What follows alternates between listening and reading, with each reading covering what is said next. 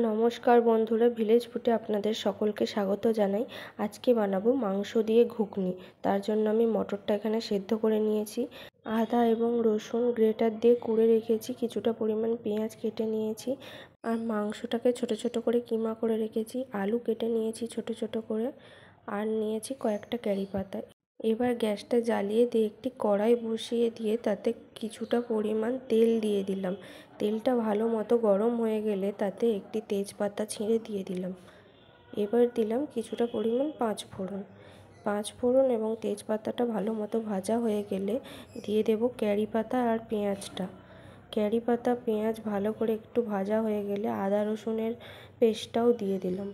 পেঁয়াজ আদা রসুন ভাজা ভাজা হয়ে গেলে এবার দেব কিছুটা পরিমাণ হলুদ, লঙ্কার গুঁড়ো। আপনারা ঝালটা কমিয়ে বাড়িয়ে নিতে পারেন, আপনারা যেরকম ঝাল পছন্দ করেন সেরকম ঝাল দেবেন। আমি এখানে মিডিয়াম ঝাল দিয়েছি। এবার দিয়ে দিচ্ছি কিছুটা পরিমাণ নুন।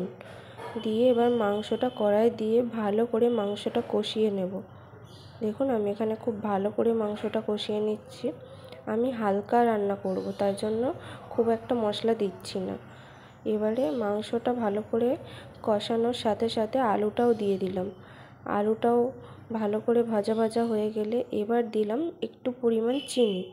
আগে থেকে মটরটা আমি সেদ্ধ করে রেখেছিলাম, সেই মটরটাও দিয়ে দিলাম। এবার মটর সেদ্ধর জলটাও দিয়ে দিলাম, কারণ মটর সেদ্ধতে আমার নুন দেওয়া ছিল কিছুটা পরিমাণ। আপনারাও সেদ্ধ করার সময় একটু নুন দিয়ে সেদ্ধ করতে পারেন। দেখুন আমার এখানে প্রায় সবটাই রেডি। এবার একটু ভালো করে ফুটে উঠলে আমি নামিয়ে নিয়ে গরম মশলা গুঁড়ো ছড়িয়ে দেব। আমি এখানে একটু ঝোল ঝোল রেখেছি, আপনারা এটা আরও বেশিক্ষণ ফুটিয়ে নিয়ে ঝোলটা কমিয়ে নিতে পারেন। আমার সম্পূর্ণ রান্না কমপ্লিট। আমি পরোটার সাথে এটা সার্ভ করব। আপনারাও বাড়িতে একবার বানিয়ে দেখুন আপনাদেরটা কেমন হয়। যাওয়ার আগে একটি লাইক, কমেন্ট এবং একটি শেয়ার করবেন। চ্যানেলে যদি নতুন হয়ে থাকেন চ্যানেলটি সাবস্ক্রাইব করে অল নোটিফিকেশানটি অন করে দেবেন, যাতে আমার দেওয়া প্রত্যেকটা ভিডিও আপনার কাছে আগে পৌঁছে যায়। আজকে এখানেই শেষ করলাম, দেখা হবে আবার নতুন কোনো ভিডিও নিয়ে।